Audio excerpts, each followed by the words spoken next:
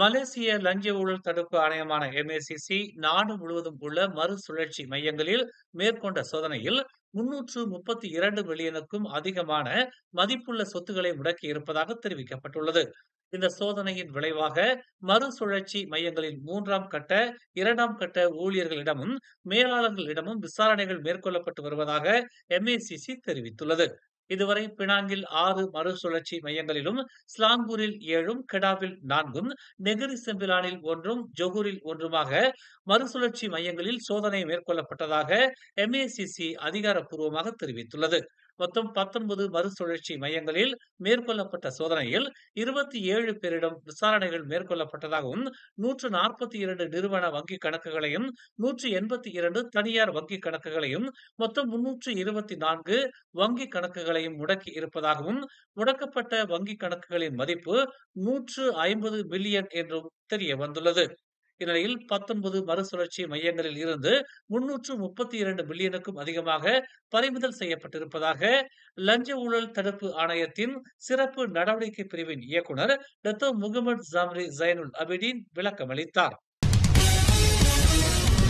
PNB மின் நிலையத்தில் ஏற்பட்ட கோளாறை பழுது பார்க்கும் நடவடிக்கையில் ஈடுபட்டிருந்த இருவர் மீது மின்சாரம் தாக்கியதில் சம்பந்தப்பட்ட 2 பணியாளர்களும் படுகாயம் அடைந்தனர்.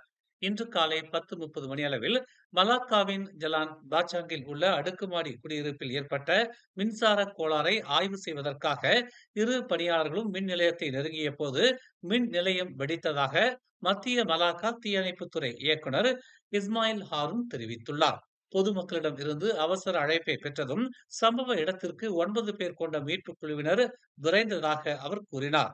மின் நிலைய வெடிப்பால் பாதிக்கப்பட்ட இருவரும் 30 வயதுடைய TNB ஊழியர்கள் என அடையாளம் காணப்பட்டிருப்பதாகவும், உடலின் பல்வேறு பகுதிகளில் தீக்காயம் ஏற்பட்டதால் அவசர சிகிச்சைக்காக அவர்கள் மலாக்கா மருத்துவமனைக்கு கொண்டு செல்லப்பட்டிருப்பதாகவும், சம்பவம் குறித்து காவல்துறையினர் மேலதிக விசாரணையை மேற்கொண்டு வருவதாகவும் இஸ்மாயில் ஹாரூன் கூறினார்.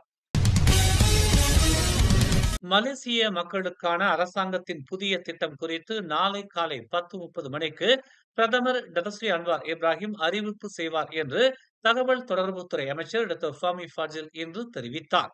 நாளை ஜூலை 23ஆம் தேதி மக்களுக்கு பயனான ஒரு திட்டத்தை பிரதமர் அன்வார் அறிவிப்பார் என்றும், அந்த அறிவிப்பின் மூலமாக அனைத்து மலேசியர்களும் பயன்பெறுவார்கள் என்றும் நம்பிக்கையை தாம் கொண்டிருப்பதாக அவர் கூறினார்.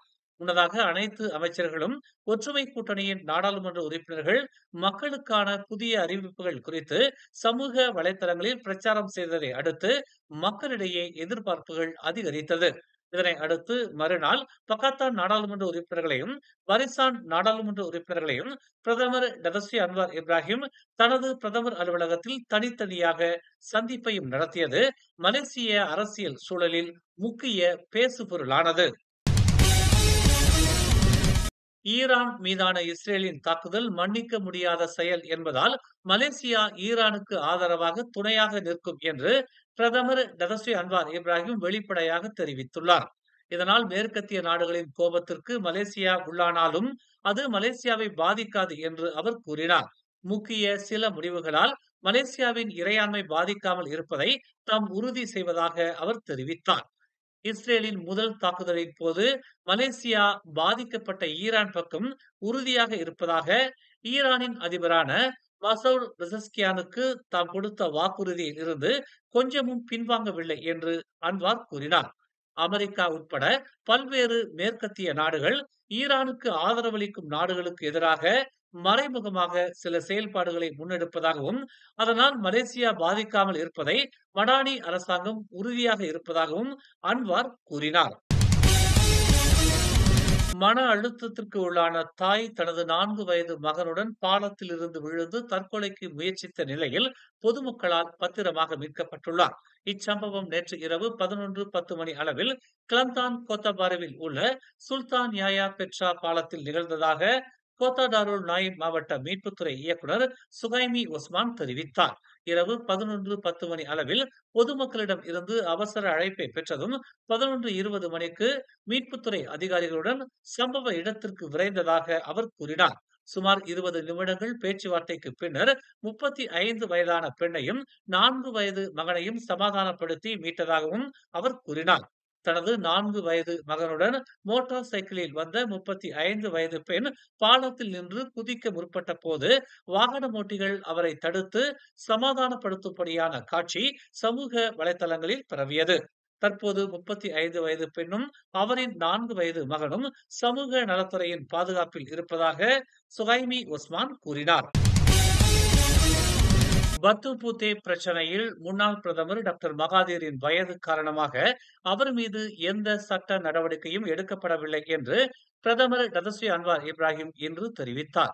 பத்துபூத்தேவின் இறையாண்மை தொடர்பான மறு ஆய்வு விண்ணப்பங்களை நிறுத்துமாறு 2018ஆம் ஆண்டில் அமைச்சரவையை செல்வாக்கு செலுத்த மகாதீர் வேண்டும் என்றே செயல்பட்டிருக்கலாம் என்று கடந்த ஆண்டு அரசு விசாரணை ஆணையம் கண்டறிந்தது.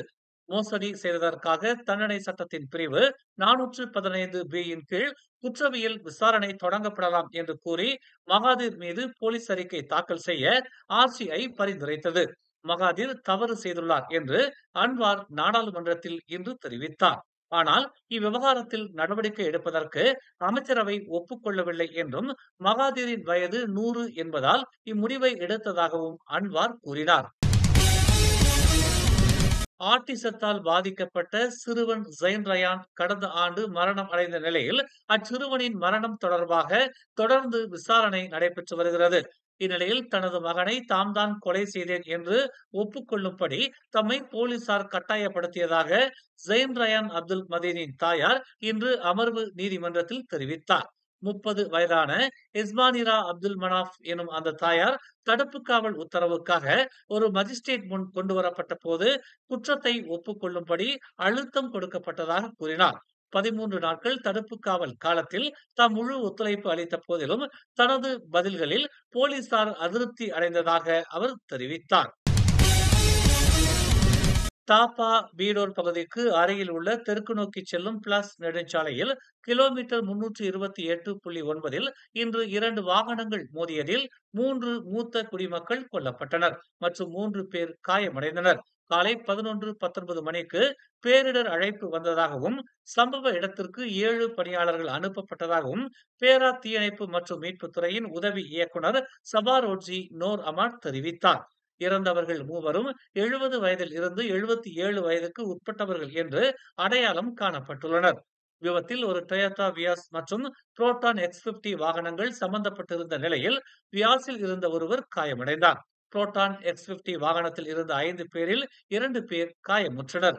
3 பேர் சம்பவ இடத்திலேயே இறந்து விட்டதாக சபாரோட்ஜி ஒரு அறிக்கையில் தெரிவித்தார்.